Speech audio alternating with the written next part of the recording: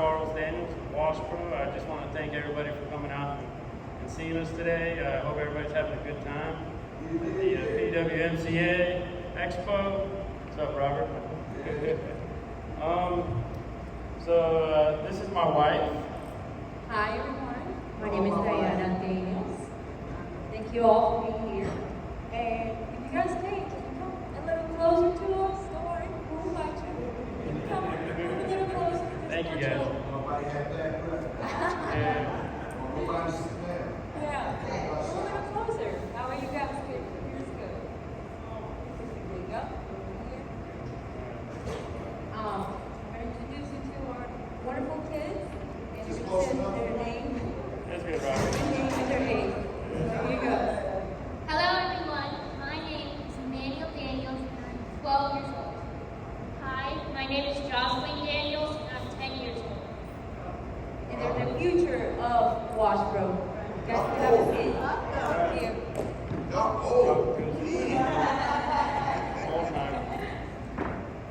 All right, so today we're going to be talking about changing your mindset. And give me 1 second.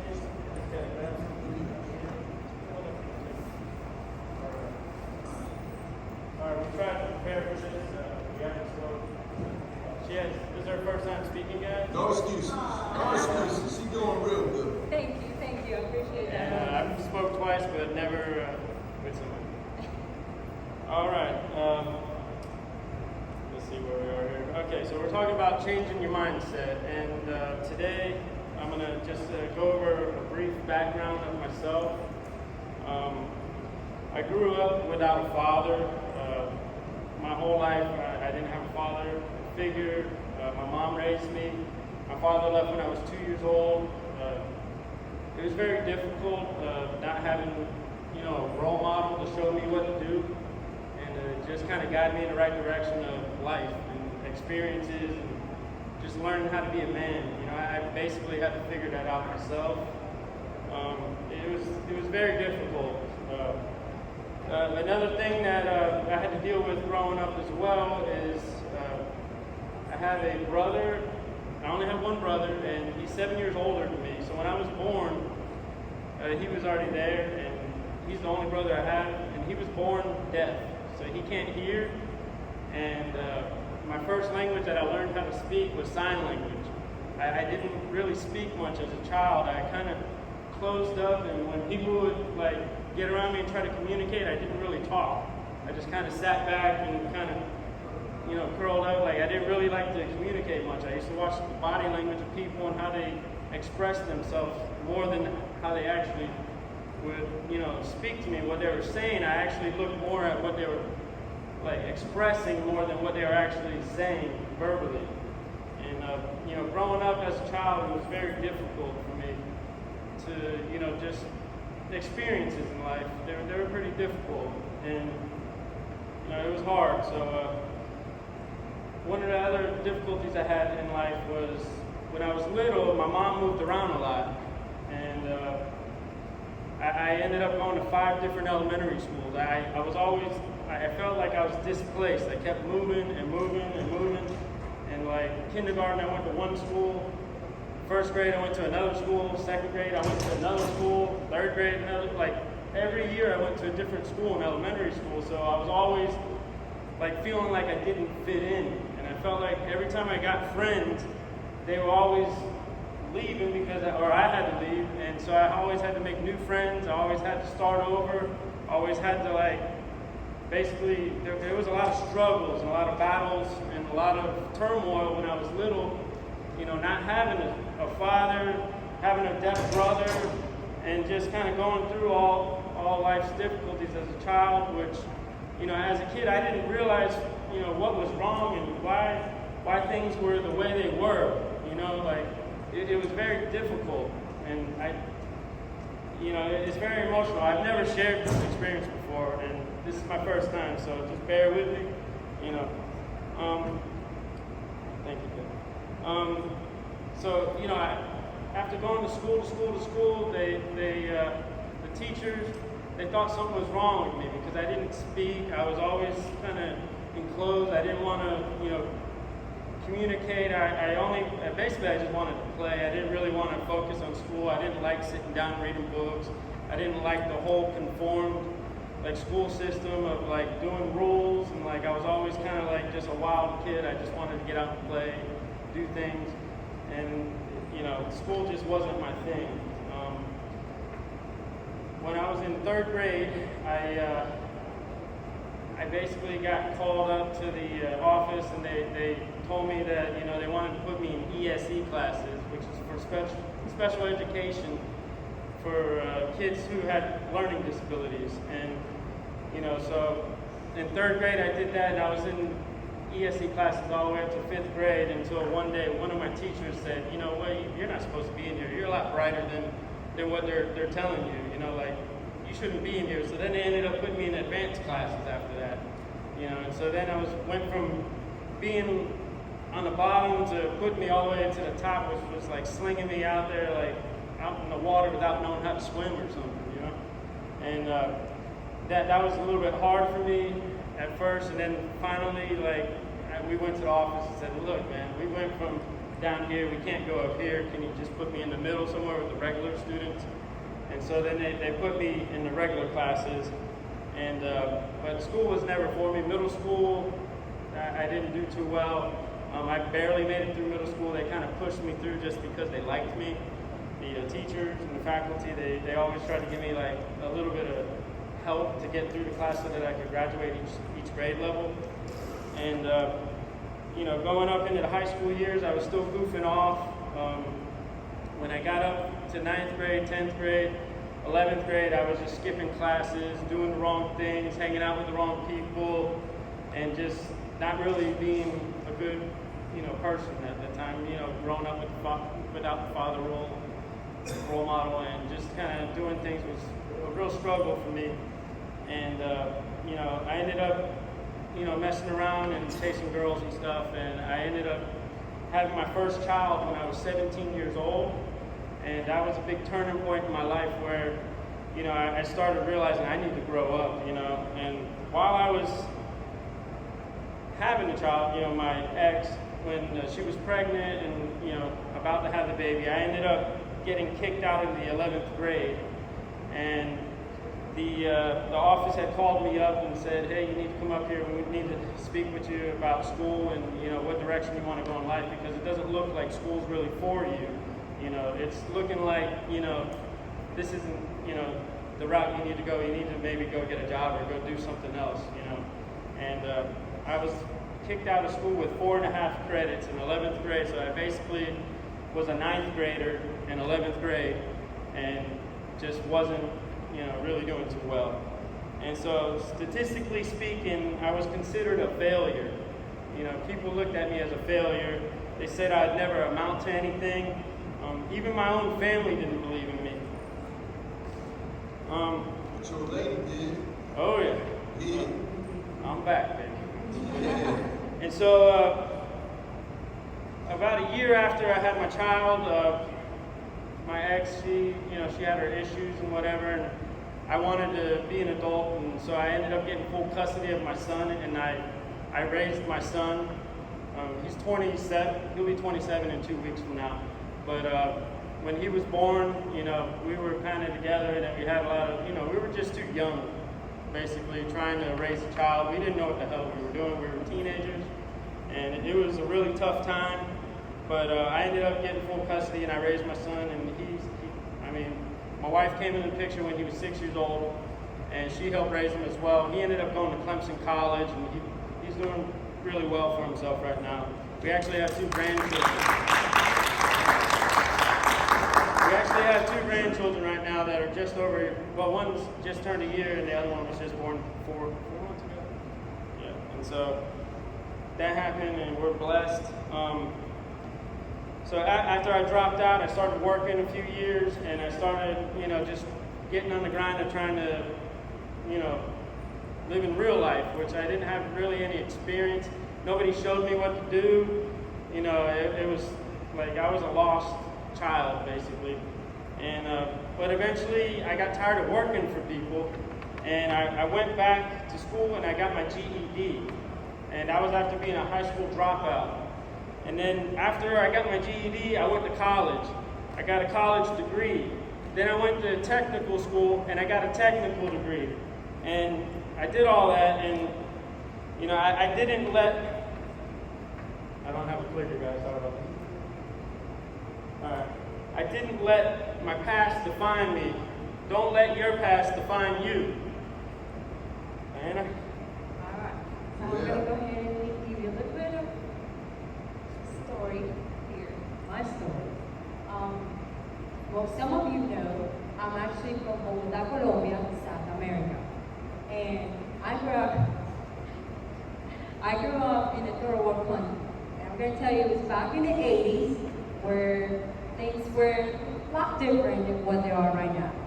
And that country, which is a third world country, didn't have, where the town I grew up, we were really poor. We barely even had lights and water, clean water. It was a struggle there, and I grew up in a town that my mom was married to my father, but she was living in Colombia, and my father was in Florida. So I grew up like that, practically with my 5 siblings and my mom, like a single mom. She wasn't single. It felt like that. Back in the day, we're gonna go back when I was 8 years old. I had a car accident, and a cargo van actually run me over. I was a kid, I didn't know, I was in a coma for a few days. The doctors told my mom I wasn't gonna be able to walk, I wasn't gonna be able to have a normal childhood, and I wasn't gonna be able to have kids. By the glory of God, I am here today and tell you everything is a lie. It was a lie. I'm walking. It took time. It was a lot of therapy, but I made it through. I fought it through. Don't let people tell you you can't do something. Just fight through it. It doesn't matter what it is. You have it in you. Everyone has it in themselves. Just when people tell you, no, you're not going to be good, they tell you you're not going to be good because they tell you you're disabled. That's not true. That's not the real you. You can show them otherwise, and that's what fired me up. I didn't want people to tell me, oh, you're going to be disabled for the rest of your life. Just sit there and don't do anything. Be like the rest of us. We don't have dreams. And it's like, no, we have dreams. We can do something better than that. And with that, and especially having a mother who always said to us, and I'm going to say this in Spanish and I'll say it in English, la unidad hace la fuerza. Together, we're stronger. So with my brothers and sisters, we always work together. Never let that down. We never listen to people who say, oh, you guys are poor, you should be on that side. No, we always kept focusing in school and do good and be a better citizen in general. So one day, my mom decided, okay, back in 1998, she's like, we're going to go to the United States. I'm done with Colombia here, let's travel. So literally she picked everybody up and traveled from Bogotá to Florida. My father was there, and we literally changed everything. Like from one day we're with the family, the next day we're like, you gotta learn a new language, have to get used to the community here, the culture, and have no family, no friends, and start all over again. We're like, okay, we can do this. Unfortunately, back in 2006, my whole family got deported. They were all taken back to Bogotá, and it was like one night I was with all of them, and the next morning I woke up and they were all gone. It was so hard for me to go through all that. My father was a jeweler, so he had a jewelry store. I had to close everything down. All of their vehicles, sell it for pennies. We lost practically everything, and whatever I could, I sent them. And that's one of the reasons we moved from Florida to South Carolina, because of the problem with immigration. Another thing, sometimes people believe that, like for instance, the lawyers, they're so bright, they know everything, but it's false. You gotta research. Do your paperwork. You can be a lawyer too. If you know what you're doing, You will learn stuff. My family trusted them. And because of the lawyers doing the wrong work and always just charging us money, the paperwork was wrong and they got sent back. But today I can tell you, after 24 years, I'm proud to say I'm a citizen.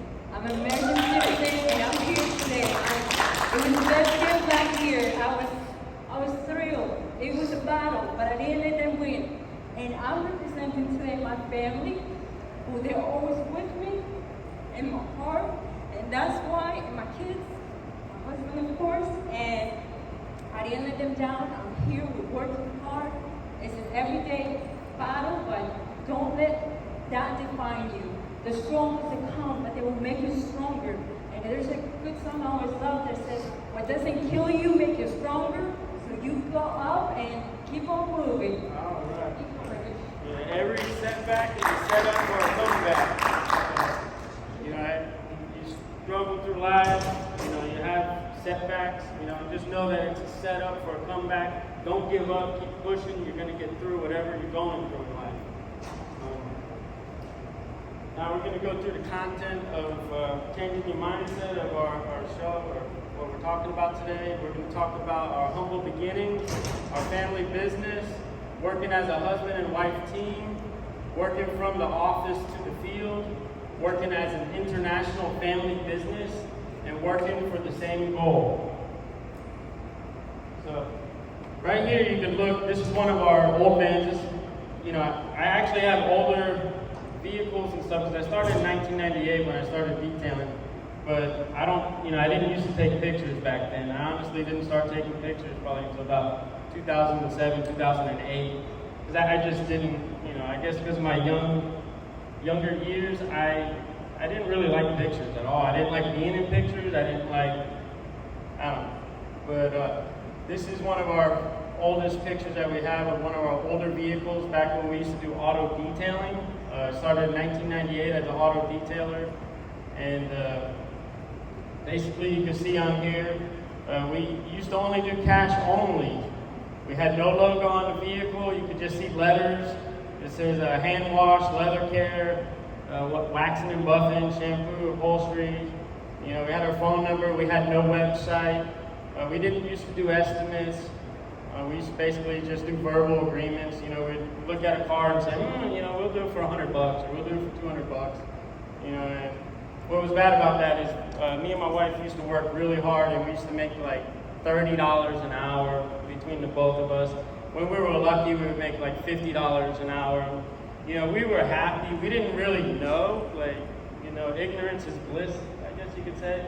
We had no idea. We were just happy to put food on the table. We were happy to pay the rent. We were happy to pay our bills and not have to ask anybody for anything. We had no systems. The training, we had everything. There was no training back then. We had no money. We were broke. And here's a picture of my wife. She was actually 7 months pregnant in this picture, and she had to work all the way up until the day that we had our baby, Emmanuel, right here. And we learned from trial and error by getting out, doing things to put food on the table. We didn't have YouTube. We didn't have Facebook. Trade shows like this, there was none. We just learned, going out and doing things.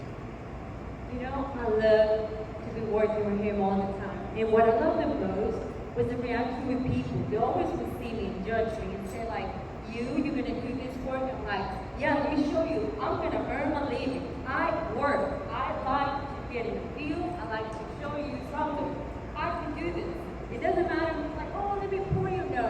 I can do this. So that is the best of me. I love to be in the field. I enjoy it. This is our passion. This is our everyday. That I love.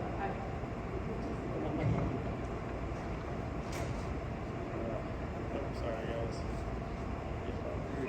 All right, so we started changing our mindset, as we were going, and this is one of our vehicles that we finally got a website. We got a logo on, the yellow Lamborghini on there.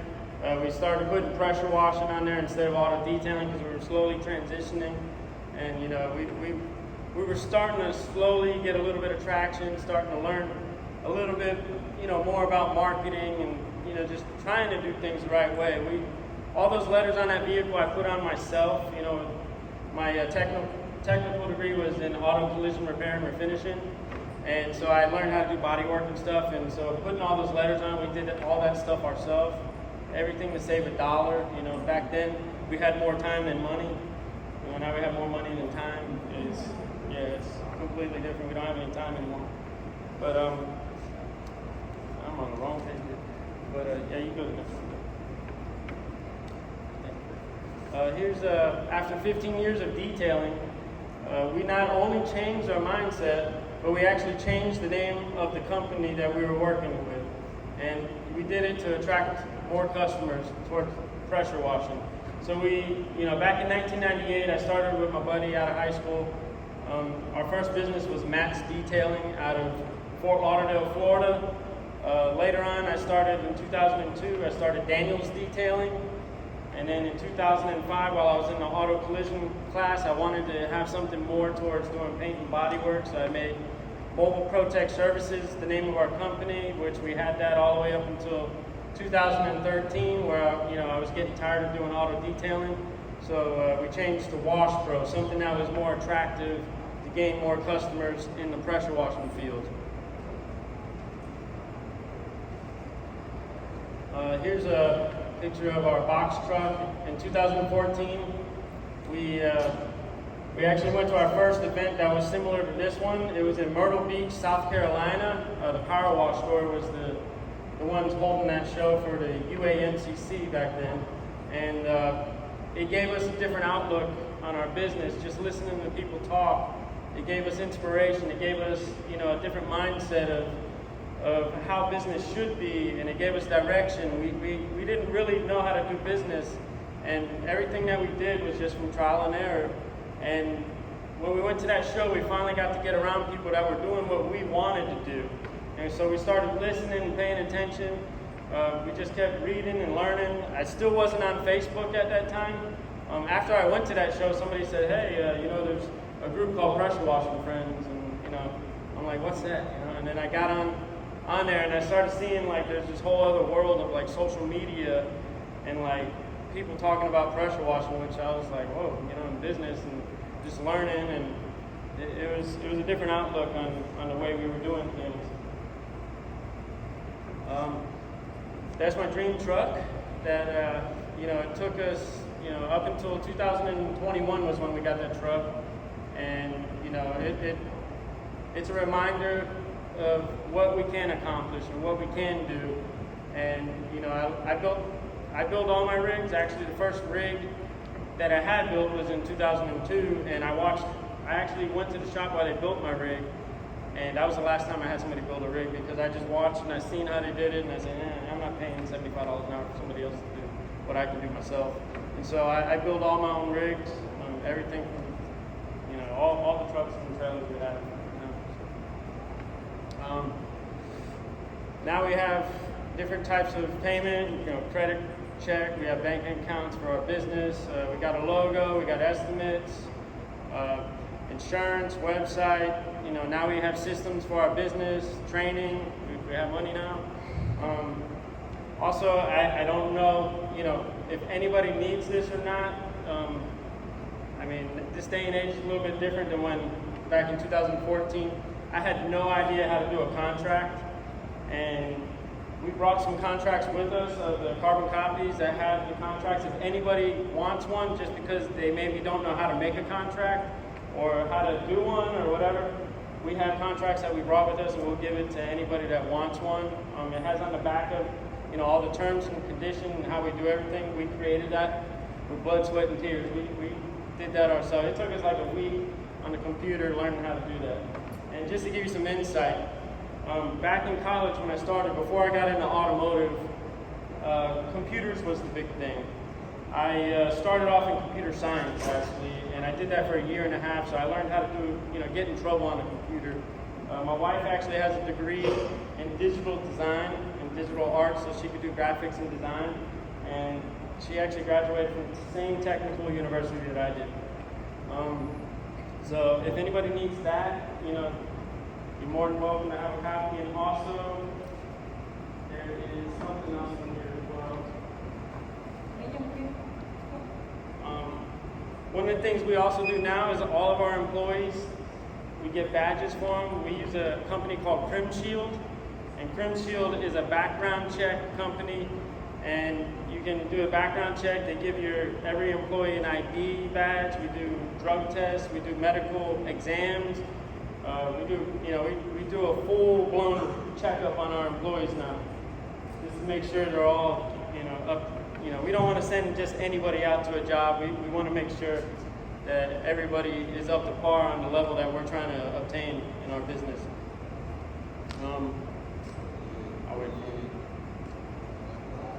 This is one of the quotes that I wrote. Over the years, I write a bunch of quotes. This one just actually came up on my Facebook memories this morning, and we wrote it.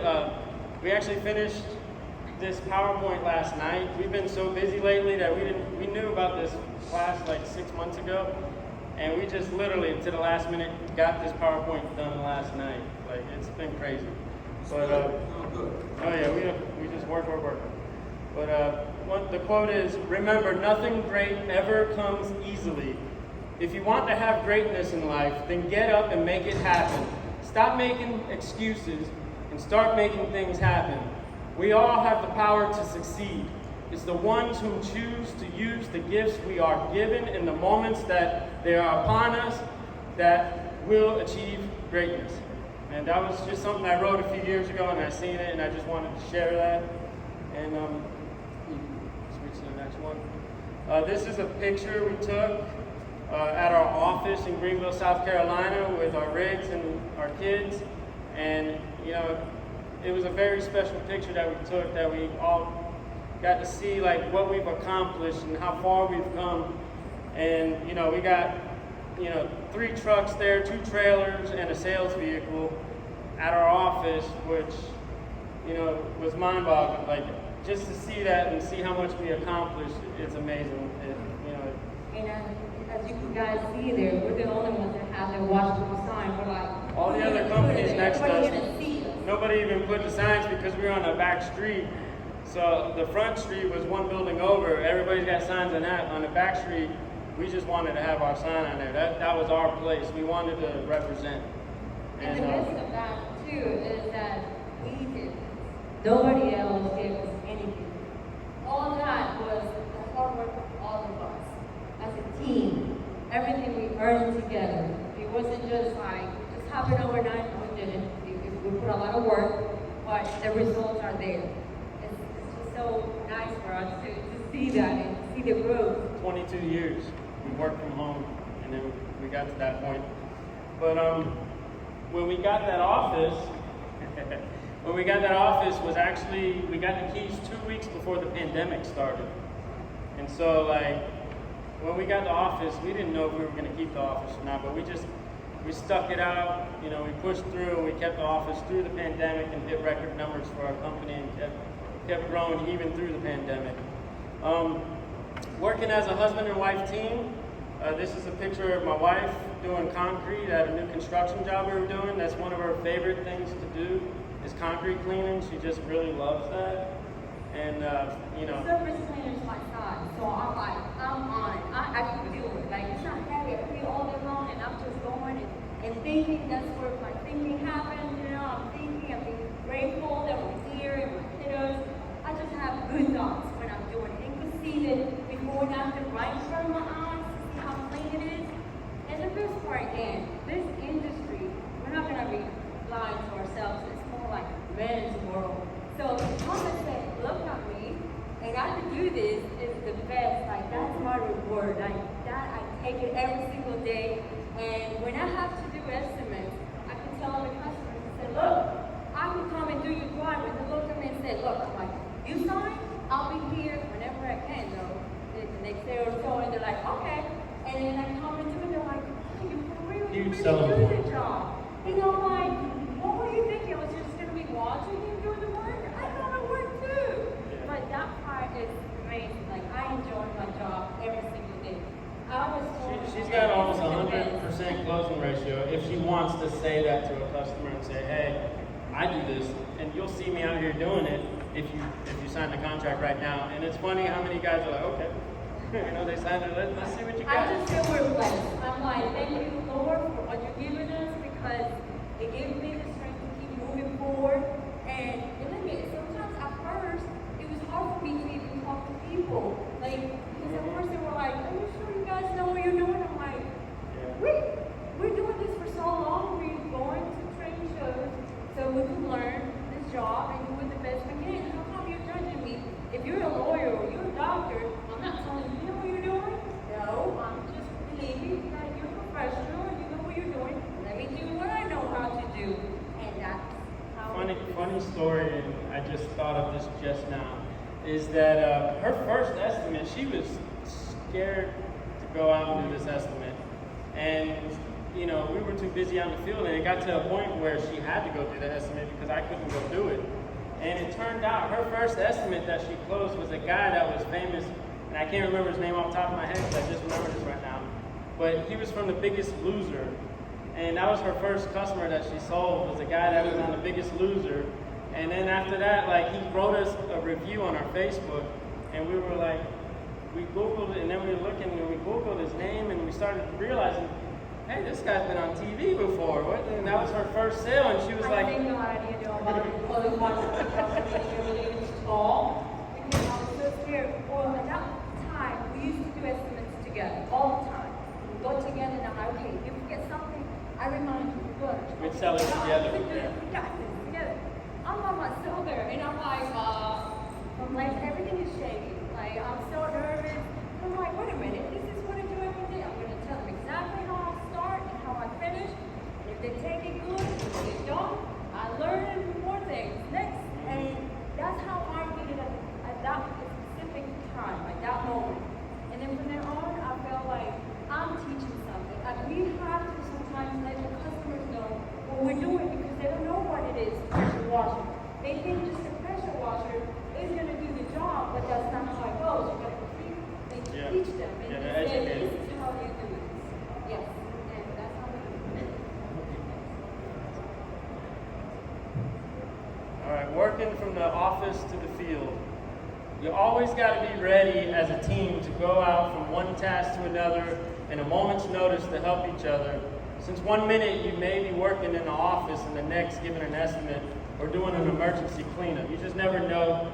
You always got to be ready. As a husband and wife team, we're always like, if I'm doing something and I can't do it, she'll do it. If she can't do something, then I'll do it. We're always working as a team, and we're not arguing about, oh no, it's your job or it's mine. No, we're a team. We get it done together as a team. We're all working for the same goal. It sounds easy, but the main goal is to share the routine of daily activities. For instance, both of us cook, we clean, take care of the kids, do laundry, go grocery shopping, etc. We work together to complete all of our chores, not only the work at home, not only at work, but at home as well. Yeah, because imagine, we're both working in this, and then he's going to be telling me what? When we going to go cook? I'm like, wait a minute, what you think? I'm a machine? No, I also get tired, so you got to help me too. And that's the best part. Our kids, my husband, he's a really good cook. So I'm like, look, I got to go to the library, so I teach kiddos, and then you help us out, and we're good. That's how you combine everything. And at work too. There's some times that in the field where he does heavy duty stuff, like getting that big ladder or something. I'm not doing that because, you have to understand. That's stuff that I can't do.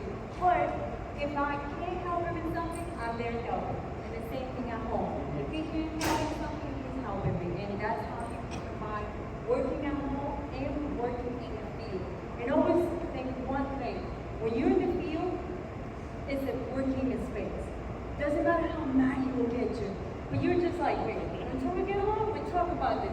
But then you start working, you forget what you were going to talk about. Because then you're so tired, like, God, forget that. It's not important.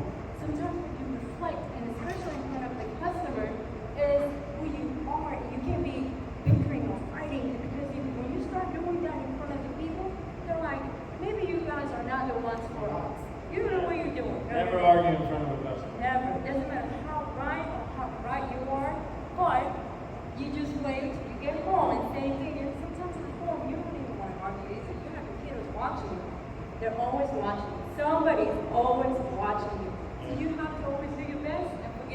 Don't even pay attention to little minor things. Yeah. Brush it off. The working for the same goal, you know, when you're working together as a team with the people around you, you're able to accomplish a lot more. Like, there'll be mornings I go out and do, you know, 4 in the morning, I'm going out to do sidewalks and commercial work, and then I get done, and then I'm going to do, you know, my day activities, washing houses or doing whatever with the guys. And then at nighttime, we get like random emergency calls sometimes at the factory. We clean buses for a company called Portera, electric bus company. And my wife, if it's an emergency, she'll stop what she's doing and go at, you know, at 4 o'clock in the evening and go and clean stuff. And like, we just keep going and going. And like, as a team, you gotta always be willing to bend a little and give. And like, you know, it's not always just about you. It's about the whole team and everybody around you to work together and try to accomplish the same goals. And I really wish I had a button. You know, be willing to compromise, and you will have a happy marriage and work life.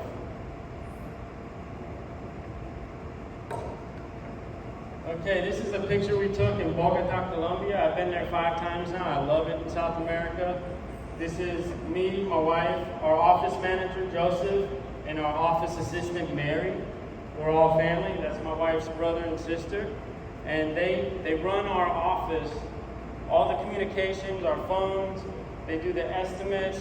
You know, well, we still do the in-person estimates, but they'll go online every time they get a phone call, and they'll go and do a Google Earth search. They'll run all the numbers for us, so when we go do the estimate, we already know the number in our head before we even get there, so we can kind of feel the customers out and kind of feel, you know, how it goes when we're explaining what we're going to do for them as we're doing the estimate and going around the property and, you know, just overlooking everything. They also do all the callbacks. They ask for 5-star Google reviews. They're just amazing at what they do. They're But real. they have also 10 years of telemarketing. Like, they used to work for AT&T and the big companies, right? All of them doing telemarketing. And we had the opportunity with Washbro to give them a job. I'm like, wait a minute. You guys are working there for this other company that treat you very bad. Why don't you come and work with us? Hey, we're family and we have a business that we can help you. And he said, look, give me them a little bit of how much they have lost in the past. So that's a way we could help them out. And they're helping us as well. We're all growing. And over there, they don't pay that much. We pay them American dollars, so they're doing really good over there compared to what they were doing before we started working with them. Joseph actually just bought his first house. They're in Bogota. Yes, Bogota, Colombia. We use Vonage Business. BIO. It's VoIP phone services, so that we could basically, anywhere in the world, we could make phone calls, and it looks like we're right at home, you know, doing You phone can try calls. to give us a call and you would think somebody will pick up the phone. Yeah, if you call right now, they should pick up. Yeah. So that's them, and we'll go ahead and move on. And that should be cool. Okay. There's Joseph. He prepared a video for you guys.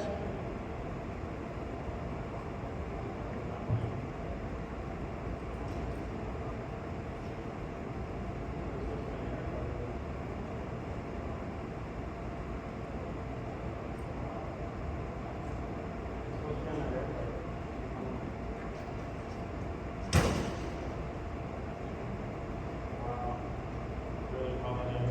You worked hard on making a video for you guys.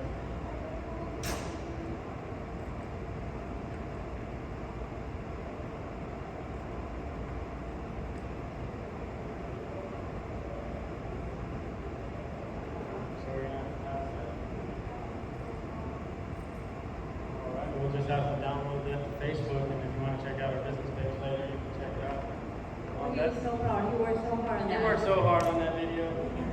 He went around, okay, so I'll just explain the video. He went around, so on February 1st, we had just got our first office in Bogota. And right now we're in the process of starting a branch down there, and he's gonna be the branch owner. We're giving him the opportunity to own a branch and grow Washbro in South America. And in this video, he just kind of walked around and showed our office and how it looks in South America, and also our office assistant, Mary's office.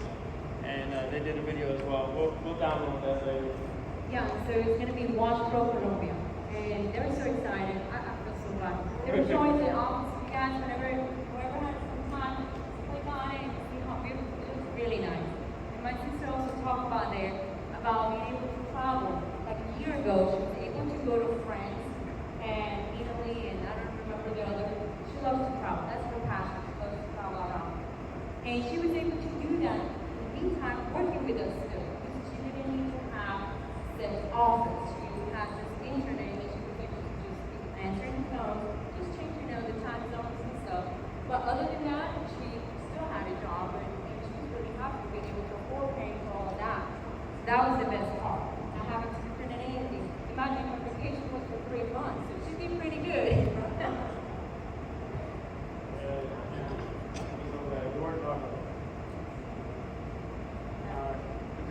international company has many challenges, and we are constantly changing our mindset and always stepping out of our comfort zone to not only grow a big company, but to also help change people's lives around us.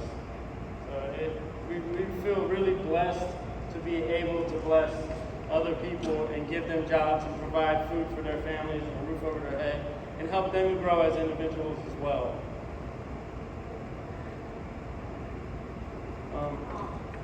Yeah, this was another video that we had. Man, this is bad. I'm sorry. Alright, we apologize. We're going to post that video again too. This video was from the Huge Convention, and it was a video with a speaker named his name says on there, Hamis Brewer. I always mess that up, man. It's kind of a different name. Hamis Brewer was the opening speaker at the Huge Convention, and our children were in the auditorium, and there was over 1,000 people there, and there was only 4 children in the whole auditorium. And Hamis Brewer asked our children to go up and speak on stage, and that was a video that was of them going up on stage with Hamis Brewer.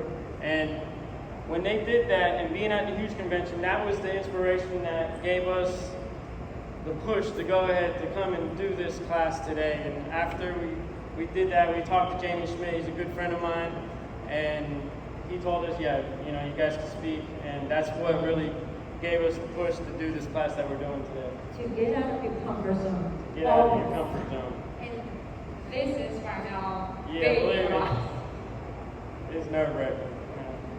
But I'm actually doing pretty good. I was a little more nervous rehearsing this. Wait, that's the video start of it. So you'll see that right there.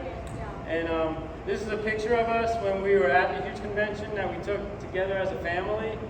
And, it was a beautiful time that we had together, just going on vacation, spending time as a family, and just relaxing and enjoying life. And don't be afraid to try new things. Just get out there and do it. And this is one of my favorite sayings. Imperfect action is better than no action. Change your mindset. Don't think about stuff. Just try to do it. Even if you do it wrong, it's better to do it wrong and mess up than it is not to ever try at all. Just get out there and just try to do it. And eventually you'll get better and better. Even if you keep making 100 mistakes, maybe the 101st time you're going to do it right. Eventually you'll get there. Yeah, also with the pandemic, one thing that happened, and it was big, it was when all the craziness was going on in schools, our kids were going to school, they were doing really good in school, they were top of their class.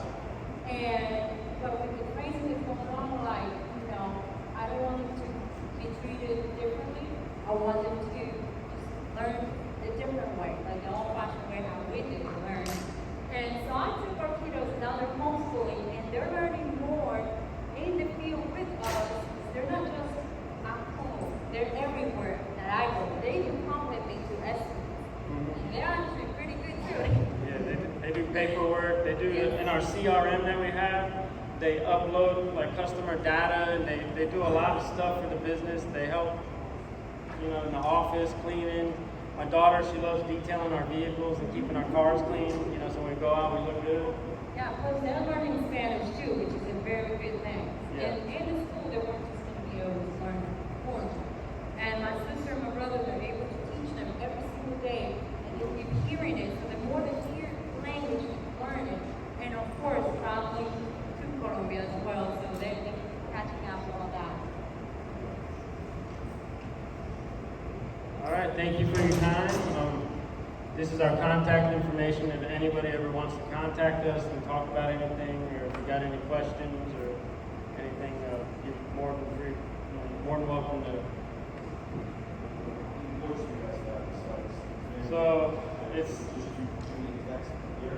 So we just had 2 techs quit on us. And so over the winter time things get a little tough. We're getting ready to do rehiring again. And that's one of the things we have now is a hiring system. We use Indeed.com. It's free. You don't have to pay anything.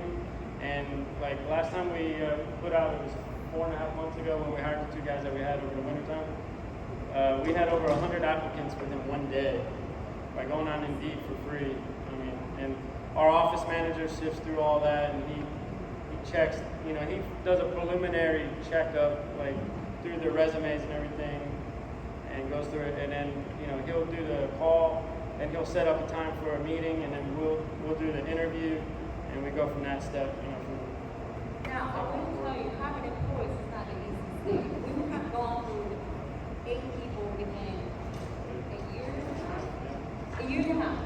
And it's not about, it's just nowadays things are different. And it's like, somehow, It's pandemic. the pandemic keeps people's mind and thinking, oh no, I want to get away my savings. Like, no, you got to get up and move. Sometimes when you have your systems together and if everything's online, then you do it. But if you don't have it all in place, that's when you'll fail. And sometimes the hardest thing to do is let somebody go and you're like, they're good people. Don't go with your feelings. Yeah. You got to know what is best for the company. And then later on, if it works out, then you just go with feelings. But in the meantime, it's best to go with your At the gut moment, feeling. we're 5. Yes. We were 7, 2 of them. Yeah. But we're getting ready again. I mean, we're a small company, but we got big dreams, big ideas.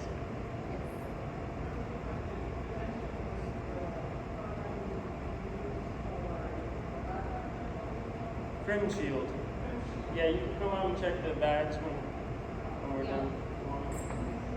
You want to bring that to her and she can take a look at that? It's got a scan code or whatever on it where like the customer can scan it and it goes right to like their website in the database and shows that they're actually criminally checked and like their background and everything.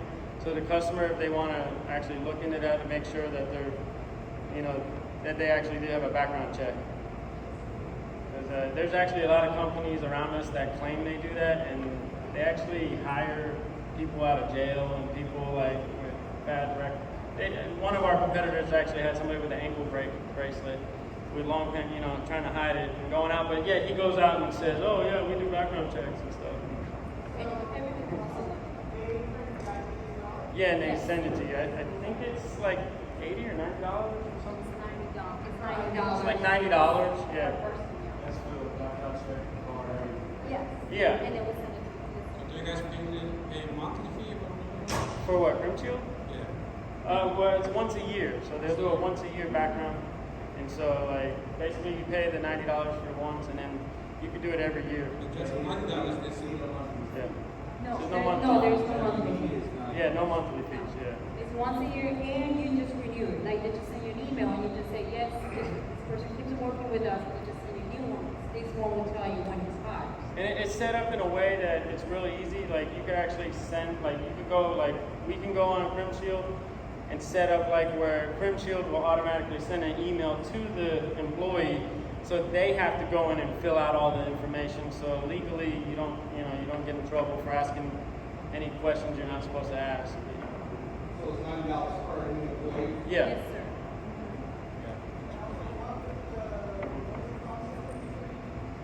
Oh, the phone system is Vonage Business? Yeah, and we went with that one because basically you have unlimited lines. So like right now we have 4 different lines that all go to our Wash Pro phone number, which is 864-419-7360. It goes to Mary's office, it goes to Joseph's office, it goes to our office, and it goes to my cell phone as well. And so any one of us can pick up, any one of us can make a phone call at the same time using the same number. So we can actually all 4 be on the phone talking with different people at the same exact time with that system.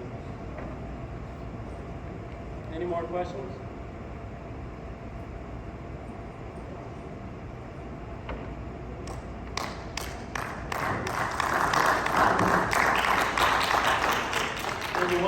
One of my favorite quotes from Tony Horton of P90X, which I'm out of shape, but I like to work out every once in a while. Tony Horton always says, "Do your best, forget the rest," and that's one of my favorites. And that's in closing. Thank you, everybody, for coming out. Thank you very much. We appreciate you guys.